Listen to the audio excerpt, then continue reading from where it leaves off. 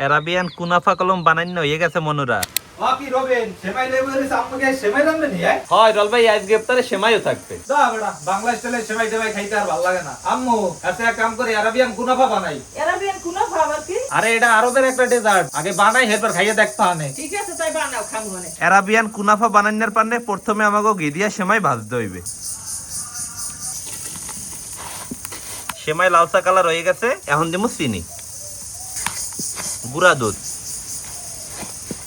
সেমাই চিনি আর দুধ দিয়ে ভাজা হয়ে গেছে। এখন আমাকে খিরসা বানাইতে হইবে, আর খিরসা বানাইনার পারলে করের মধ্যে দিয়ে দিতে আছি দুধ, গুঁড়া দুধ, কনডেন্সড মিল্ক, ঘরে বানাইনা ছানা, কর্ন ফ্লাওয়ার, কাস্টার্ড পাউডার। এখন ভালো মতো লাইটে সাইডে জাল দিতে হইবে। প্রায় গুণওয়া ধরছে। রবেন খিরসা বানাই হয়ে গেছে, এখন উড়াই থুমু। আচ্ছা ওটাই তো রল ভাইয়া।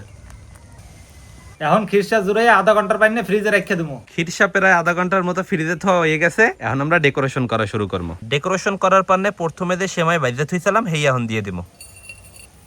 বাদা সেমাই দিয়ে প্রথম লেয়ার দেওয়া হয়ে গেছে, এখন সেকেন্ড লেয়ারে দিমো যাইয়া খিরসা।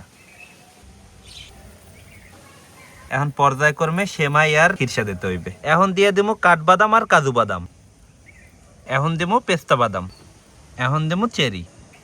অ্যারাবিয়ান কুনাফা কলম বানাইন হয়ে গেছে মনুরা, এখন খালি খাইয়ে দেখেন আর পালা যে কেমন হইছে। আলহামদুলিল্লাহ আজকে 23তম রমজানে আল্লাহ তাআলা যে কপালে অ্যারাবিয়ান একটা খাওন রাখবে আর জীবনে কল্পনাই করি নাই। রল ভাইয়া তোর অসংখ্য ধন্যবাদ এই অ্যারাবিয়ান কুনাফা বানাইনার পান্নে। বিসমিল্লাহ।